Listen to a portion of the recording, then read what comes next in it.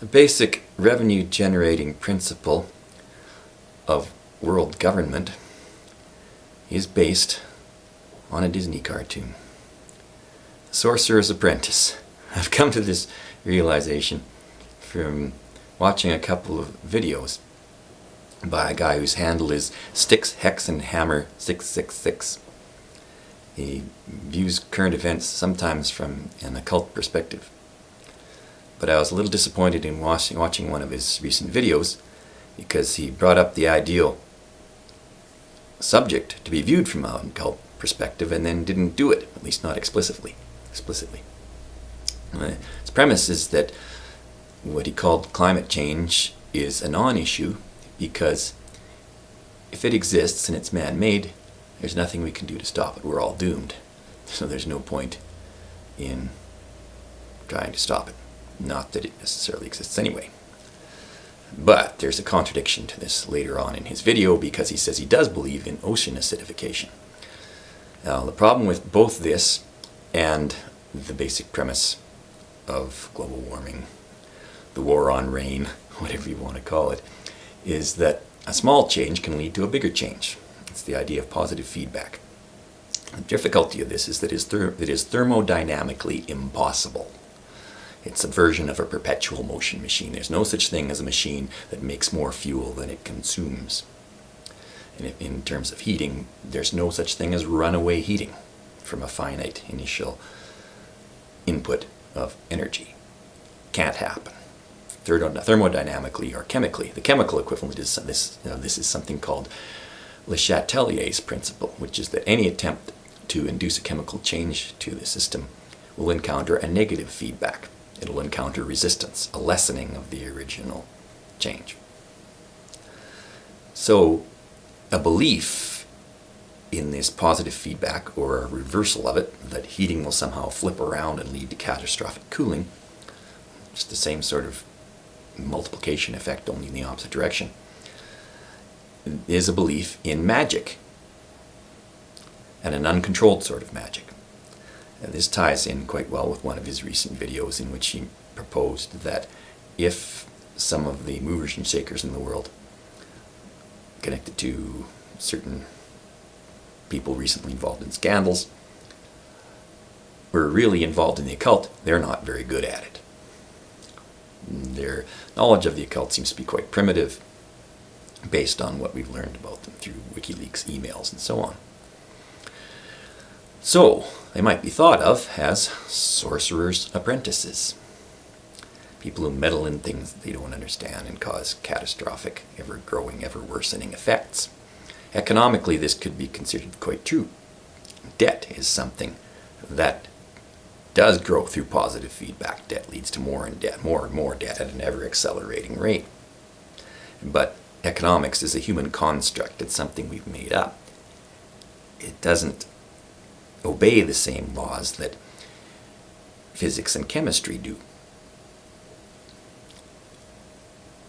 So the basic premise then is that because it's like a version of the tree falling in the forest.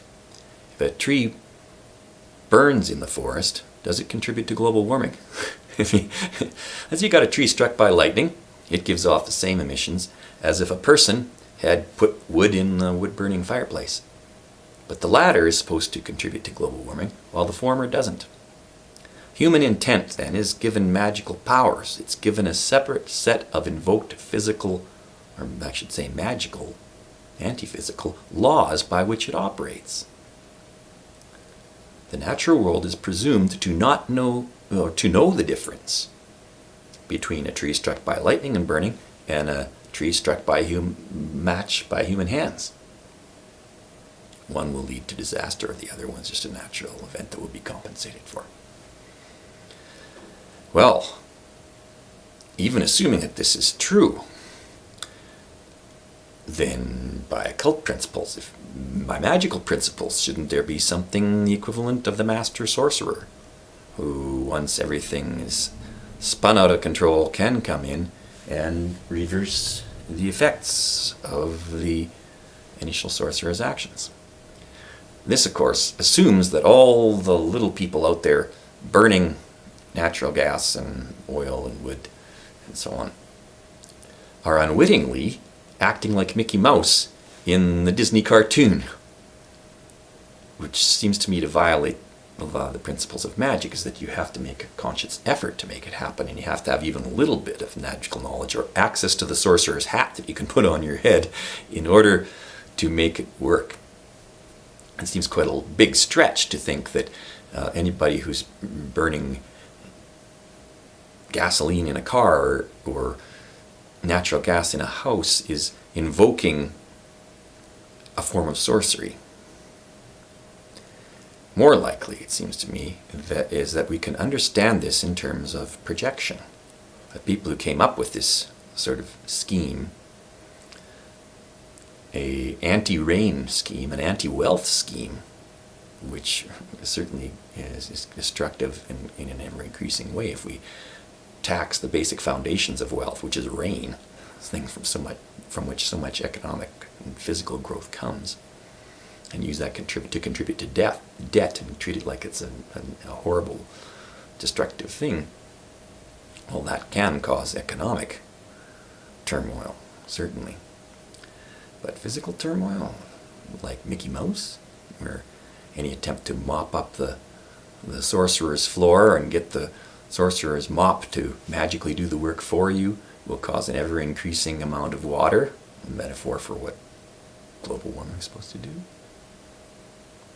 How's that possible?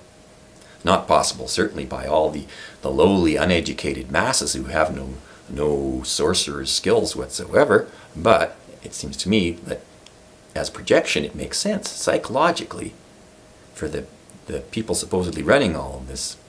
It makes sense because it's a projection of how they affect their world put onto people other than themselves. The people who came up with this emission trading and world taxation scheme are the sorcerer's apprentice. They're meddling in things they don't understand, and they don't have ultimately the confidence that they're going to have control of what they're doing. They're imparting that onto the people they say are causing the problems.